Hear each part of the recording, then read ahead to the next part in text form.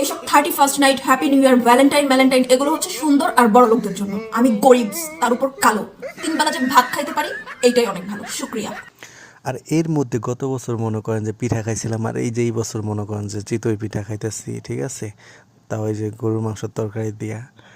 তো আমাদের মতো মানুষদের 31st নাইট, তারপরে কি বলে ভ্যালেন্টাইন ডে, এই সমস্ত জিনিস মানায় না, ঠিক আছে। আমাদের মতো গরিব মানুষদের শুধুমাত্র মেহমান আসলেই পিঠা খাওয়া হয়, এছাড়া পিঠা খাওয়া হয় না, ঠিক আছে। অতএব এই সমস্ত 31st নাইট আমাদের জন্য না। আপনারা পালন করেন, বেশি বেশি করে পালন করেন, ঠিক আছে।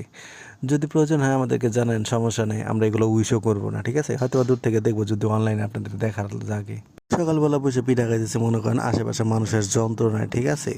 তো এমন একটা জিনিস খাইতেছি যেটা মনে করেন সবারই লোল পড়তেছে, আর আপনারা দেখতেছেন, আপনাদের কি লোল পড়তেছে নাকি অবশ্যই কমেন্টসে জানাবেন, ঠিক আছে। আর যদি বেশি লোল পড়ে থাকে, কষ্ট করে আপনারা একটু দয়া করে নিজেরা বানায় বানায় খাবেন, ঠিক আছে।